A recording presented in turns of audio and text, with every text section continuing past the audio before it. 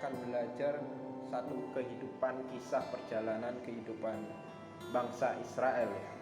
Nah, hidup menjadi orang percaya itu tentunya telah menjadikan Tuhan sebagai pusat kehidupan. Namun tidak dapat dipungkiri bahwa kita tidak bisa lepas dari sebuah gangguan atau problema atau persoalan yang sebenarnya dapat menggeser Tuhan dari kehidupan pusat kita. Nah, semua itu bahkan bisa menyingkirkan Tuhan dari area kesadaran kita. Nah, kita bisa berlayar melewati sebuah kerutinan kehidupan sehari-hari tanpa berpikir panjang tentang Tuhan. Bahkan banyak hal-hal kecil yang mungkin mengganggu aktivitas kita, maka kita dapat mengabaikan Tuhan. Nah, yang menjadi pertanyaan, bagaimana ini bisa terjadi? Bagaimana bisa praktek penyembahan dengan diam sejenak sebelum makan dalam rasa syukur itu beralih rupa menjadi terima kasih Tuhan untuk makanan ini, amin, tolong ambilkan minumannya dong. Nah, itu salah satu contohnya. Contoh yang kedua, seperti misalnya mobil motor kita mogok, maka kita bisa secara tidak sadar bahwa otak kita terpusat sepenuhnya pada masalah itu dan bisa menyingkirkan semua pikiran tentang Tuhan ke pinggiran atau sepenuhnya pada masalah itu. Nah, kebanyakan hari kita memang dalam tanda kutip kita meluangkan waktu untuk Tuhan. Tetapi seringkali sebagai salah satu tugas yang begitu banyak dalam hidup kita, seringkali meluangkan waktu untuk Tuhan kita persingkat,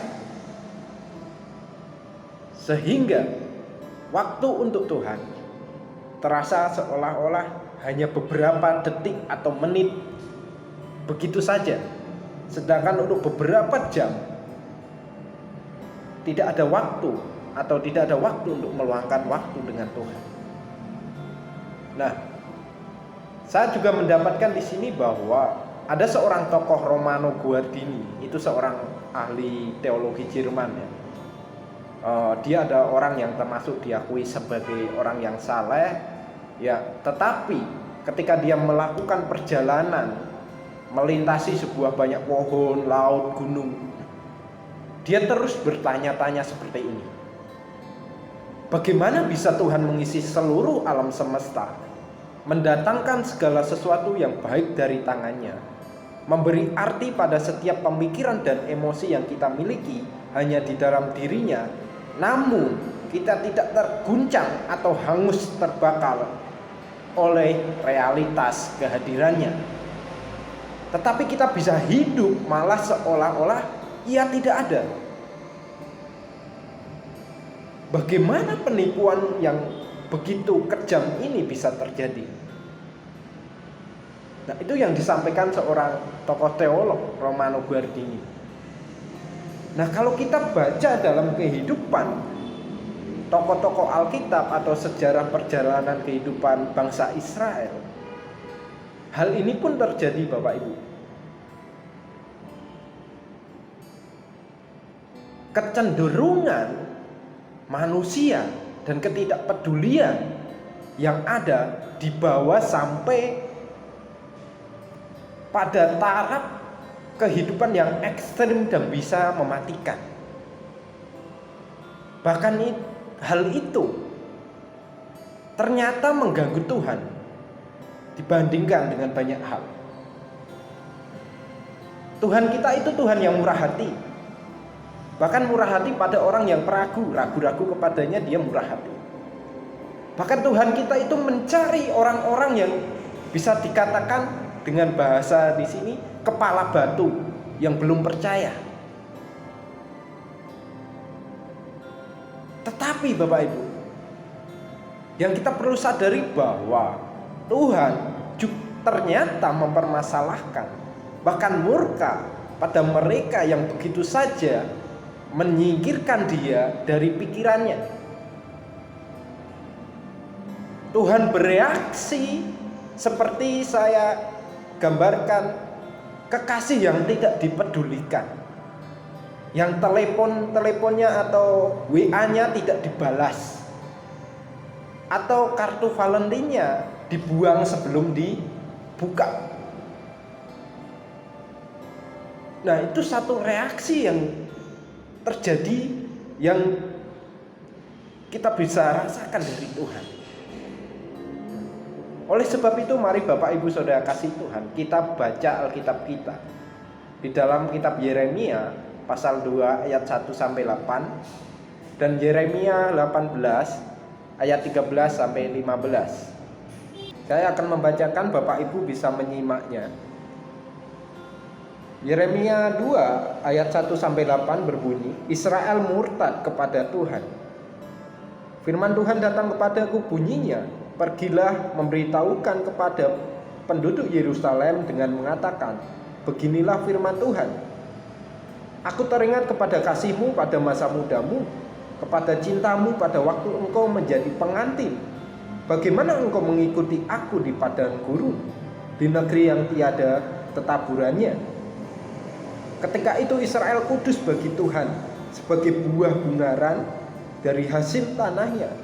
Semua orang yang memakannya menjadi bersalah, malah petaka menimpa mereka. Demikian firman Tuhan. Dengarlah firman Tuhan, hai kaum keturunan Yakub, hai segala kaum keluarga keturunan Israel.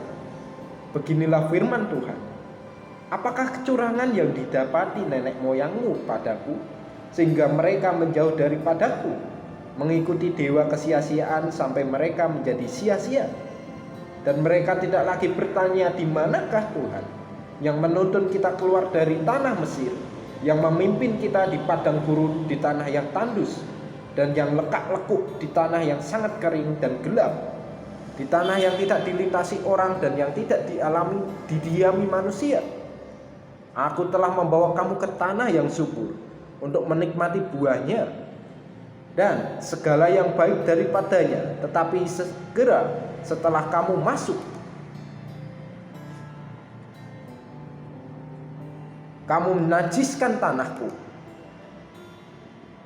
Tanah milikku telah kamu buat menjadi kekejian. Para imam tidak lagi bertanya, di manakah Tuhan? Orang-orang yang melaksanakan hukum tidak mengenal aku lagi, dan para gembala mendurhaka terhadap aku. Para nabi bernubuat demi Baal, mereka mengikuti apa yang tidak berguna. Selanjutnya Elijah, Yeremia 18.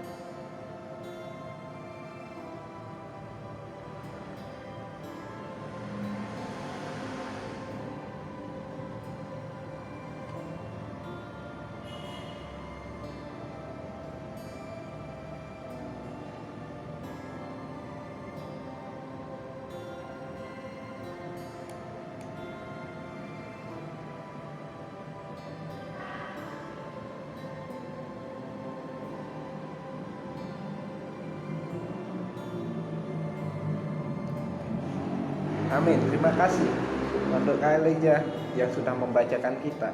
Nah, Bapak Ibu Saudara kasih Tuhan, di dalam Yeremia 2 ayat 1 sampai 8 dan juga 18 ayat 13 sampai 15. Nah, kita akan belajar seperti pendahuluan tadi yang saya katakan, bahwa kita mau belajar tentang amnesia rohani.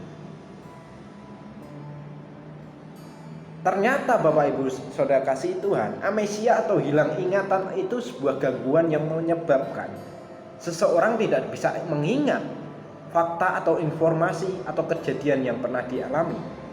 Nah, dan gangguan daya ingat ini pada penderitanya itu bisa ringan juga bisa berat, tetapi bisa mengganggu kehidupan penderitanya. Nah, amnesia rohani juga sebuah gangguan kehilangan keingatan yang terjadi pada seseorang terhadap fakta, informasi, kejadian atau berita-berita firman Tuhan yang selama ini pernah didengar, dilupakan begitu saja atau bahkan lupa. Bahkan bisa melupakan Tuhan dalam kehidupan sehari-hari.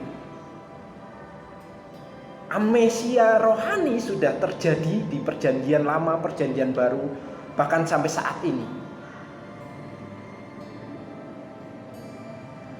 Dan itu menjadi sebuah penyakit yang sangat kronis yang mematikan.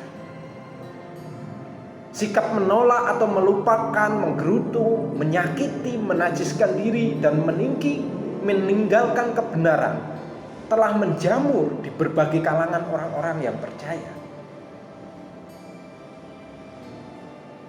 Nah, dalam Yeremia pasal 2 ayat 18, 1 sampai 8 ini, kita melihat bagaimana orang-orang Israel juga mengalami amnesia kepada Tuhan.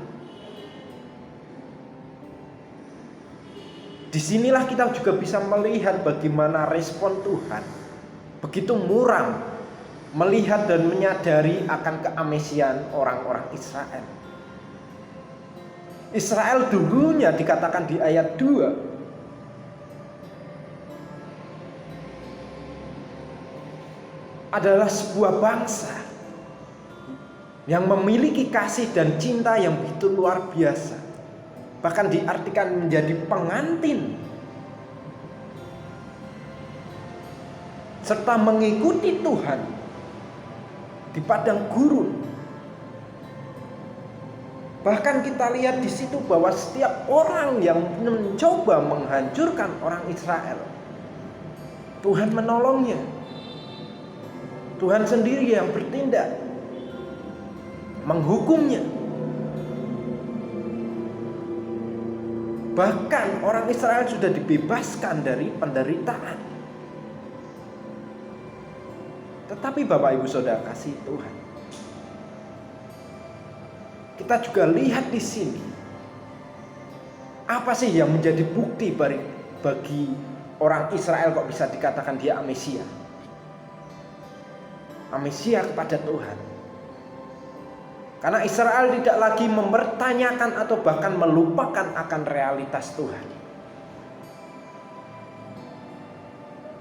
Saya akan bacakan di ayat 6 dan 9. Dan mereka tidak lagi bertanya di manakah Tuhan yang menuntun kita keluar dari tanah Mesir, yang memimpin kita di padang gurun, di tanah yang tandus dan yang lekak-lekuk, di tanah yang sangat kering dan gelap, tanah yang tidak dilintasi orang dan yang tidak didiami manusia.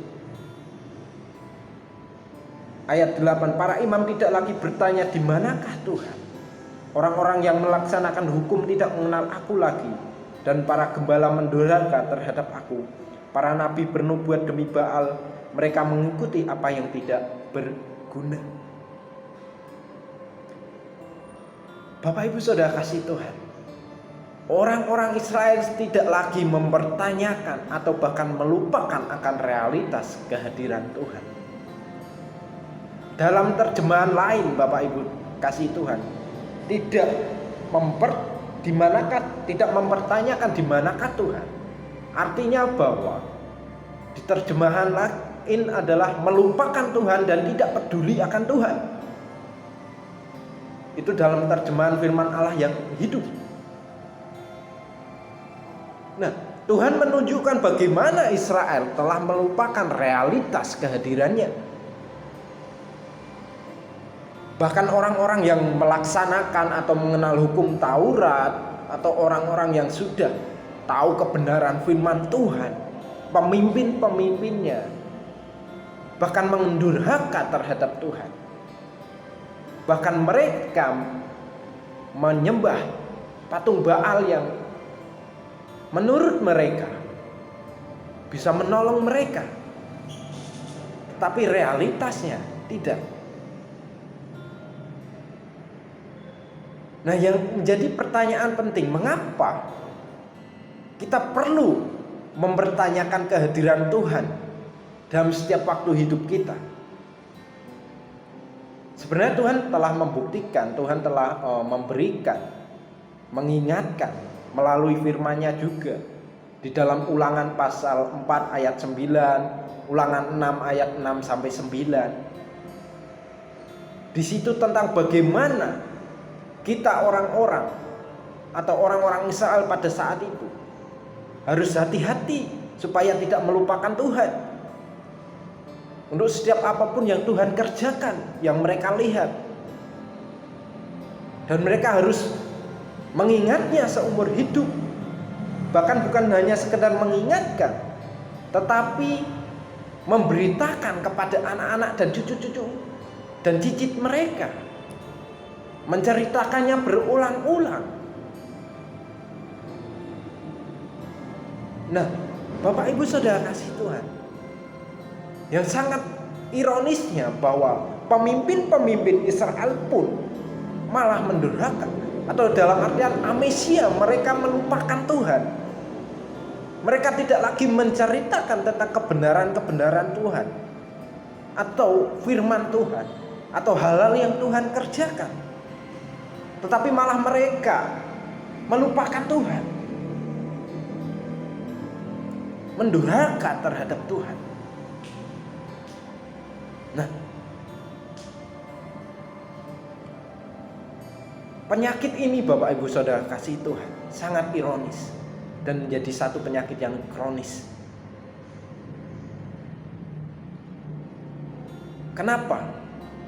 Kalau kita dalam kehidupan kita sehari-hari kita tidak mempertanyakan akan realitas kehadiran Tuhan dalam hidup kita,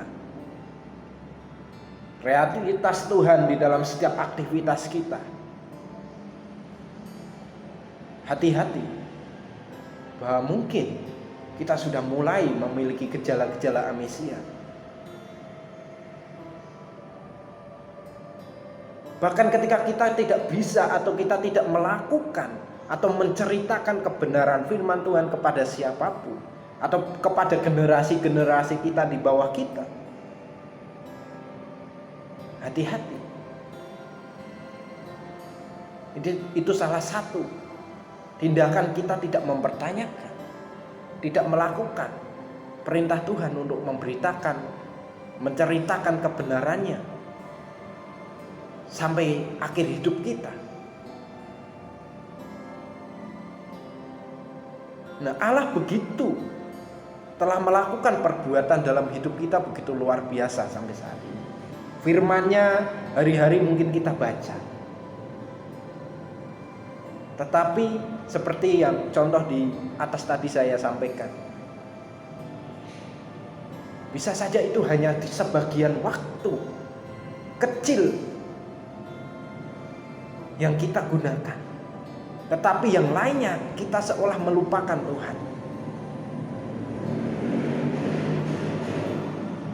Jadi Bapak Ibu Saudara kasih Tuhan, janganlah kita menjadi seperti Israel yang tidak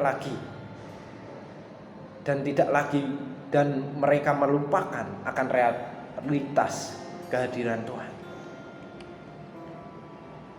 Dan yang kedua Bapak Ibu Saudara kasih Tuhan, Israel itu mengganti jalan utama dengan jalan simpangan, seperti yang dibaca kakak Elijah tadi. Mereka memilih jalan simpangan, jalan yang tidak diratakan, jalan-jalan keinginannya.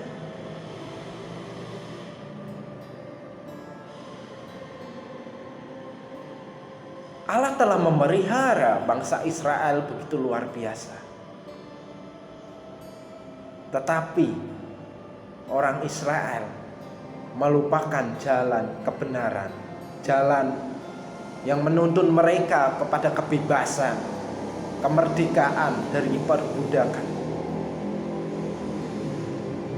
Israel memilih jalan yang tidak berguna. Mereka tidak lagi mengingat bagaimana Allah telah bekerja dalam hidup mereka.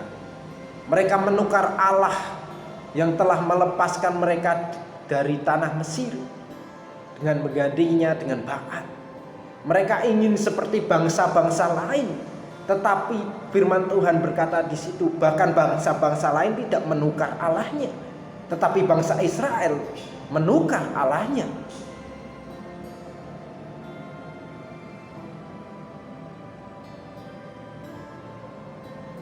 Bapak Ibu Saudara kasih Tuhan, sikap amnesia orang Israel ini akan perbuatan Tuhan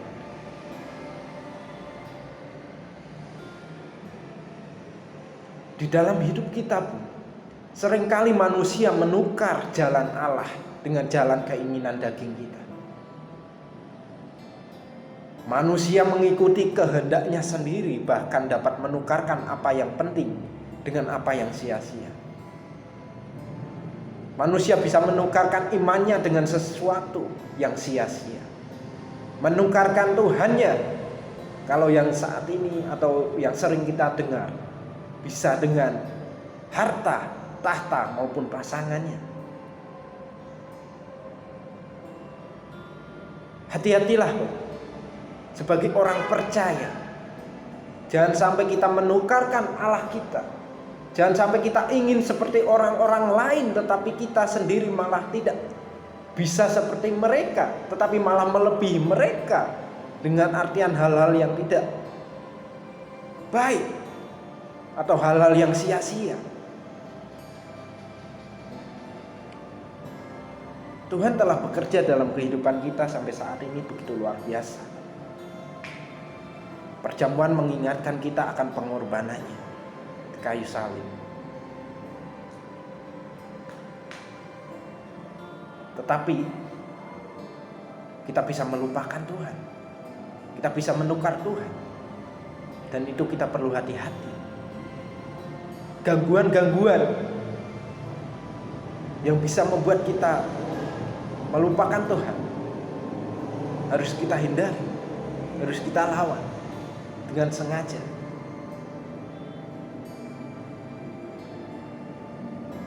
Lalu bagaimana sih caranya kita bisa menghindari amnesia orang Israel atau amnesia rohani kita? Pertama, Bapak Ibu Saudara kasih Tuhan, jadikan Tuhan sebagai realitas sentral kehidupan kita, sehingga kita sadar akan keberadaan Tuhan. Seperti juga kita menyadari akan suasana hati kita dan keinginan kita.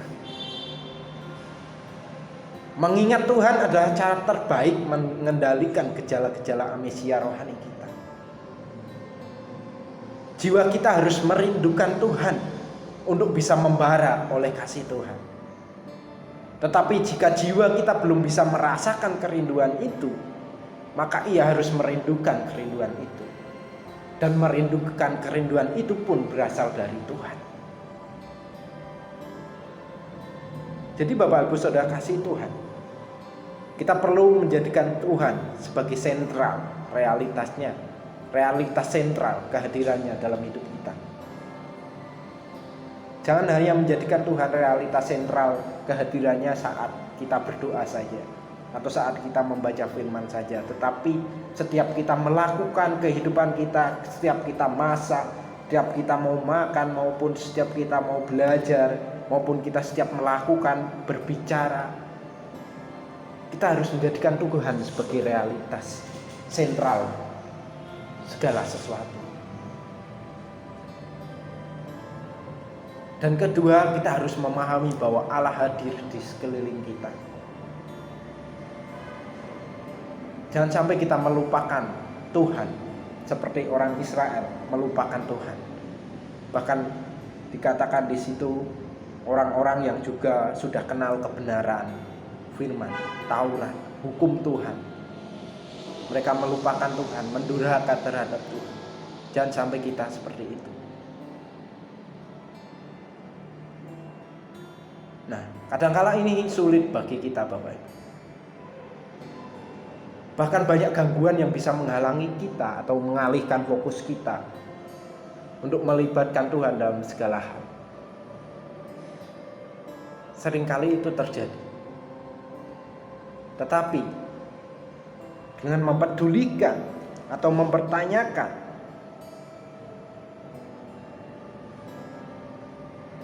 tentang Tuhan dalam setiap hidup kita sehari-hari, kita akan terus ingat ternyata ada Tuhan, ada sesuatu hal yang rohani yang bisa kita terus ingat. Dan yang ketiga, Bapak Ibu Saudara kasih Tuhan, hati-hatilah, rutinitas kehidupan seringkali dapat menjadi sebuah pengganti hubungan sejati dengan Allah. Jangan mengganti jalan utama, yaitu jalannya Allah dengan jalan ego ataupun keinginan daging kita. Tetapi berhati-hatilah supaya keinginan kita ini jangan sampai menggantikan keinginan Tuhan. Jalannya Tuhan jangan sampai kita ganti dengan jalan hanya nafsu keinginan kita saja.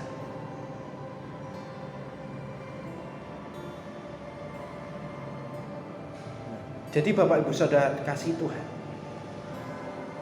3 hal itu tadi yang bisa menjadikan kita, supaya kita, kalau kita saat ini sudah mengalami gejala-gejala amnesia tentang kebenaran Tuhan ataupun tentang perbuatan Tuhan dalam hidup kita, mari kita obati itu sebelum terlambat, sebelum menjadi sebuah penyakit kronis yang mematikan.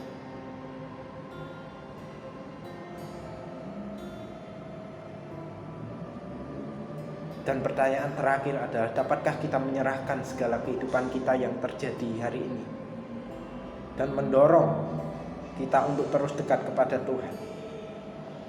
Ataukah banyak gangguan-gangguan yang membuat kita mengalami kesulitan untuk hal itu? Jadi Bapak Ibu Saudara kasih Tuhan, inilah kebenaran firman Tuhan yang bisa saya bagikan untuk kita semua tentang amnesia rohani. Melihat perjalanan, melihat kehidupan orang Israel, bagaimana mereka melupakan Tuhan.